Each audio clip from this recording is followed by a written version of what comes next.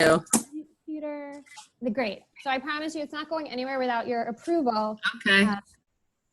But I have bad lighting here. What's up? So we met at the Yes. So I've kind of been following you, and then and then I got your book and I read it. I got it on Amazon, and I'm like, okay, I just got to get it. I just got to move forward. One step at a time. Yeah. So a lot of great information. I used to work in the showrooms at the Apparel Center in Chicago. Oh my goodness. Yeah, so that was my degree, fashion merchandising and design. But I never wanted to get into the retail. I wanted to go behind the scenes. Mm-hmm. So I got involved with the showrooms. I just loved the environment, and I loved doing shows and working with buyers and collections coming in. So yeah, I have that background. So when I was reading that about the LA showrooms, I was like, oh, I miss those showrooms so bad. I miss it so bad. Yeah, I miss the environment. So, thinking that I'd probably become a rep, just unfortunately the areas that I lived, the territory, it just didn't work. I either had to be in Atlanta, Dallas, Chicago, LA, Miami. So, yeah, so. I even saw this morning or yesterday, I saw there was like Alabama Fashion Week. Mm-hmm. And I thought about it. I thought, wow, why not? Right? It's just, it doesn't, why not? Yeah. There's some very talented people here, real young, just thinking outside of the box, creating their own environment here. And why not? Why not?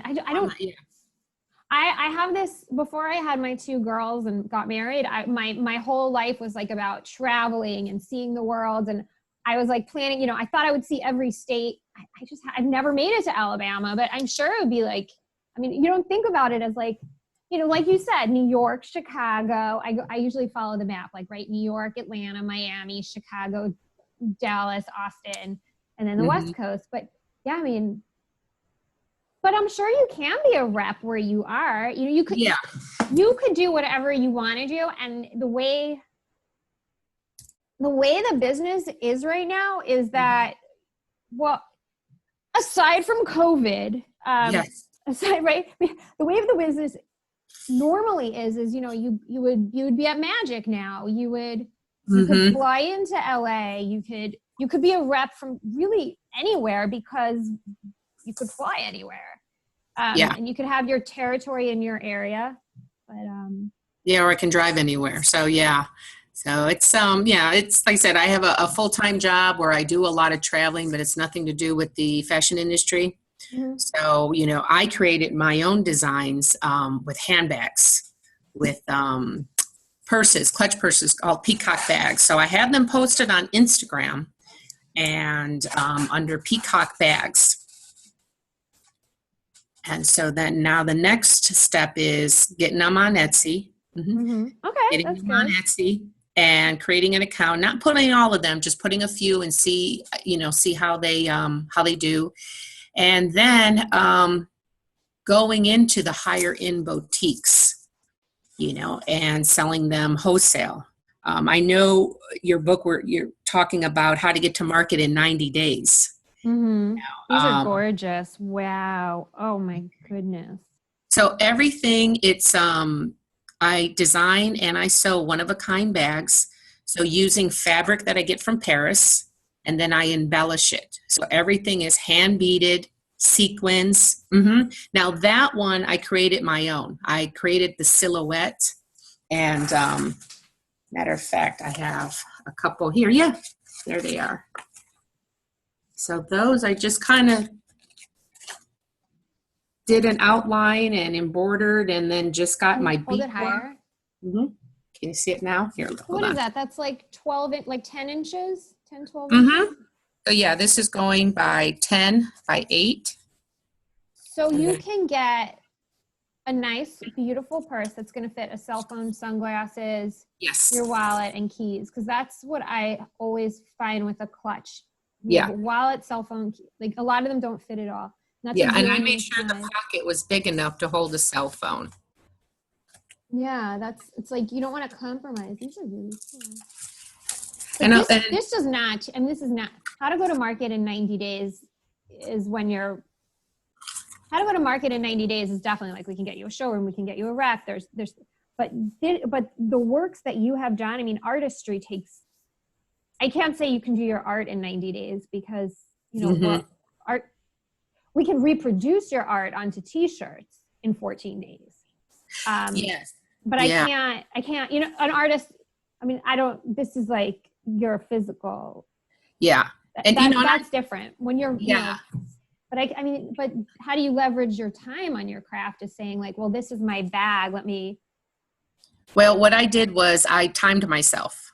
Mm-hmm. So I timed myself from start to finish. Mm-hmm. So it took me like that collection there. I call that the Madam Silhouette collection. That one probably takes me about 3 to 4 hours to bead and do the outline, and then an hour to sew together, and then an hour to cut the fabric. So you're looking at what 6 hours, 7 hours Each. Yeah, each, and then multiply that by my hourly rate and my material and my beads. That's really nothing because I use a lot of repurposed jewelry, and I always find bargains on beads and everything. But figuring it out, I'm looking at probably my cost on these are about $120. They're going up to about $120. So I'd have to. Is that what that's your cost? So you want to sell these at like $400? Is that what you're? I'm looking at like $250, $300, like especially these. Like these, I have these at $200. So where's my camera? So now something like that fabric is from Paris. So this is it right here. That one's so much bigger. So you are shooting your photos.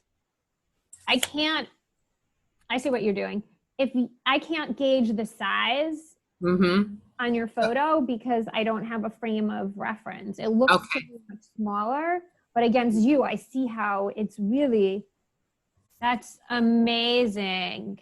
And in the description, I do put the size and everything on there. So they can really works of art. I mean, one thing I find myself saying this a lot because I really, really believe it. Two things is, get to know the artist you're wearing because it makes you so proud. I'd so much rather have your $250 bag than a lot of things that have no value. And I also think it's your body is a museum. Treat it, make it curate it. Okay. And these are definitely, these are museum pieces and these are works of art. So you just have to, that's my selling point to this. Like, this is special. Yeah. It's like one of a kind. And I do have that on my little, I have in each purse, I have like a little story. I created a little story. So it's just a little card that I created, and it has my Instagram, my email, and then kind of my inspiration. What made me do this, purchasing my bag. I have, with the purchase of a Peacock bag, you too can share the romance and excitement of Paris's historical Montmartre district. I sew and design beautiful one-of-a-kind bags using bold, elegant fabrics discovered in the fabric shops of Paris. And then the patterns of the fabric are embellished. And so these works of art are for women of all ages who have a flair for style and who appreciate a purse created uniquely for them. And then traveling to Paris and studying the French language inspired me to create. So it's kind of just a little bio, kind of a little, little story behind it. I love it. I do consider that your fans love it. Yeah, it's 100% work of art. It's not run of the mill. It's definitely something special. Somebody who has it is proud of it. Yeah, and I don't know how to duplicate. I might use the same material, but it'll be a different design. So I don't know how to duplicate it, and I've kind of been playing with different sizes, and I probably have a total of 40 bags with all kinds of material that I've purchased in Paris, and some that I've already had. So it's really finding that right boutique, that right shop. I have a lot of connections in New Orleans. So I have, the French Quarter, Magazine Street. And someone told me, you need to go to Nashville. you need to go hit the Nashville area. Were you on the talk last week for Nashville? No. No, you don't. No, Okay, so then there you're was a not. talk. Okay, Did I no. meet you at Tex World? No. No, no, no. No. I just happened to catch one of your YouTube. Oh, wait, my terrible YouTubes. It was about 6 of you, and you had one lady who designed swimwear. Oh, okay. You caught my those are good. The Yeah, and then creativity. one Yeah. lady had these Anna Kenny. beautiful designs, and you told her you've got to put your designs on silk scarves. Oh, okay. Inga Goodman. Yeah, Inga, that's it, Inga. Yeah. So Mhm. I caught that when I was driving, and I watched it on my drive. I had a 2-hour drive. I'm like, oh, this will work out perfect. So I picked up a lot of good ideas, and especially about the t-shirts, because that was the next thing I was thinking about doing was doing a design on a t-shirt. And reading your book, there's a lot of places out there that can do that. And one of them is in Florence, Alabama. I know exactly where it's at. I think it's the Point Market. On Yeah, point. on Point. Yeah, I know exactly where they're at in Florence. Oh, funny. So just to sort of like put 2 and 2 together, last week was Nashville Fashion Week, and On Point was a sponsor of Nashville Fashion Week, and they gave a talk on the future of fashion, and they asked me to speak on the panel. Okay. So that's why I'm putting the connections together. I'm like, because the plant is in Alabama and you're in Alabama. So that's why I thought, like, yeah. But you know what? They actually just sent me the talk and I haven't posted it yet. And I'm so flattered to hear that you're listening, because that means that I'll keep posting. You want to make sure people are listening, to keep posting. So yeah, it'll be my pleasure to introduce you to him. And that's down the road. The design ideas ideas I have for t-shirts. I want good quality t-shirts. I want it to, when someone wears it, it's a statement. It's a statement. It's something like, oh, I'm going to wear this t-shirt tonight. And I love t-shirts. I've always loved them with a blazer jacket and some jeans and some boots, and I'm out the door. So I like that look, but I really need to concentrate on my bags and the direction I want to go with that. Going to market with these, that's a little scary, because taking orders, I was just going to say, how would I even do that with each bag being different? I couldn't take a sample with me and work from that, and say, I have this available and I can create this, because I'm sewing everything together. I'm doing all the work. Right. So I look at your goods and they're really like a work of art. So, you're not looking to purchase fabric and do a tech pack and have somebody fully take it over. You just want to be able to make 10, right? Like 10 of each. And they're all still going to be a little bit like, maybe, I just don't know what the resources are in your neighborhood, but On Point might be a good person. I'll send you some information on him. Okay. I feel like maybe you just need help in like just having somebody sew the basics for you, and you could do the specific artistry part. Yeah. If you're thinking you want to do like a full run and get some costs and some basic, I can put you in touch with a couple of companies that can give you some basic estimates for that.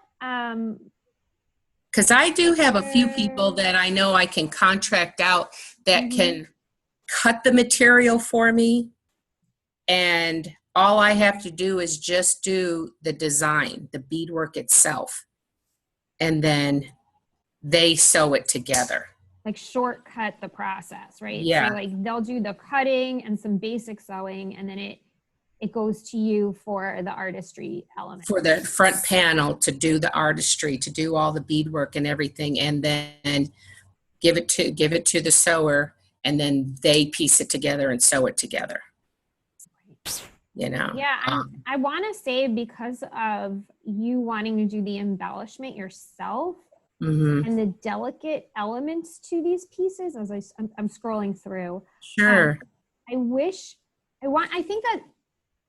So I wonder who the sewers are in your neighborhood, because I would like, what I feel like with high-end collections is, like, I want you to be able to step into production if your collection was out here in Los Angeles, you'd have to ship your bags, then you'd get them back, and then you wouldn't be able to step into the production of it. And I like a place like Lefty, I talk a lot about. I like Lefty. If she has, I'm not sure her minimums for bags. So I would have to send all the pieces already cut. Whatever it is, I mean, she'd have to, whether you have the material and you have the material shipped to her. Oh, okay. Or okay. at some point you're going to have to ship, right? Like you're going to have to ship and give her, she's going to need all your designs, all the creatives, and you're going to have to at some point she's going to have all the materials that you need. And then if you want to do the finishings, she's going to have to ship it to you, which is fine if you think that you want to produce 200 pieces of each, or I could find somebody else to help you to make maybe 50 of each piece. Well, and here's the thing too, with the fabric, when I go, I usually buy about 2 yards of each unique fabric, because then once it's gone, it's gone. And there's that uniqueness. There's that one of a kind. Yeah. So I always say, this is it. So that's kind of my approach with retailers is, selling to them wholesale, but saying, look, this is one of a kind. So you have first choice, and once you sell it, it's yours. My thing with them is, do I put it on consignment? Do I put it on consignment with them and then let them take a cut where all I need is just a small space? I'll even supply the little display table or whatever I need. I just need a spot for the bags, and have them committed to maybe 6 pieces for a 3-month run, or maybe a 6-month run where I replenish them. Maybe I might email them and say, look, these are 4 new designs I have. You sold the last 2. Which one would you like me to replenish it with? So I get a commitment from them. Yeah. Do you know these stores that you're talking about? I know a few of the high-end stores here in Alabama. It's an area called Mountain Brook. And I've walked in there just as a customer to see what they have, and their price point is where I need to be. Because usually you go to these boutiques and you'll see purses for $30 or $20, and I'm not going to fit in there. I know I'm not going to fit in there. So I don't know if that's some way that some people start out, is asking to put it on consignment instead of having them say, will you purchase this, without knowing me as a designer and how it's going to move in their store. Is, why don't we work out this way, if they put it on consignment for me. And what's a fair percentage? Is it 70-30, or I think where they're taking, most people would say, don't do consignment, because obviously you want to sell, right? You don't want to sell just to be stuck with the goods. You're frozen. Can you hear me okay? Hello? Hello? Hello?